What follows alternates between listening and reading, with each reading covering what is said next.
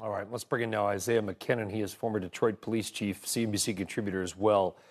Isaiah, thank you. First off, it's a very difficult situation. What are your first thoughts after seeing that body cam video? Brian, I've been involved in law enforcement since 1965. And throughout the years, not only in Detroit, but other places, I have been trained and trained others that if you fire your weapon, you want to know where that bullet is going. And you also want to make sure that someone is in imminent danger if that is the case. And you have to do that. That obviously was not the case here. You know, I lost my mother who died of natural causes Christmas Eve. And I'm still grieving from that. And this has been 40 some years ago. These people are now going to go through this for the rest of their lives.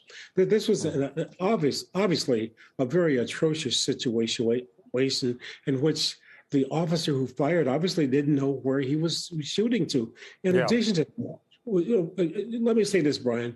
I was in Vietnam, and we were taught if you use a high-powered weapon, you make sure that you know, again, where the bullet's going and who is it going to hit. And, you know, you think about this in terms of you're firing in an enclosed area, literally, and it either went through someone or bounced off the floor, and it took this 14-year-old girl's life.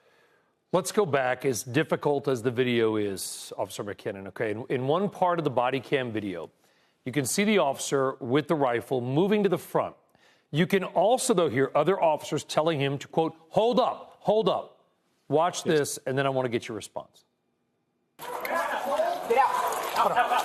He's got a two. You got it? You got it? Yeah. I know. Okay. He's hitting right on the right-hand side.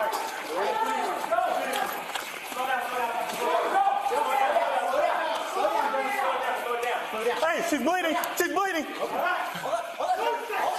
Hold up. I got it.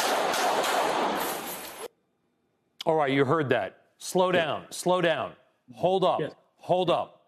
What does your training advise in this scenario? The officer appeared to either not hear or not listen to what his fellow officers were advising him to do.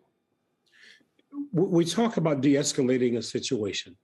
I don't know what this officer was hearing or why his intent was to shoot. And in addition, I go back to where is a bullet going to go? So we don't know what he was hearing, but the facts are that he took somebody's life, and other officers were not shooting.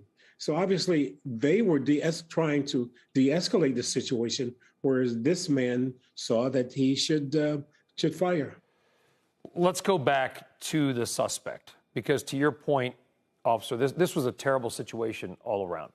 Yes. The suspect was on video, clearly either intoxicated, seemed to be on drugs, both.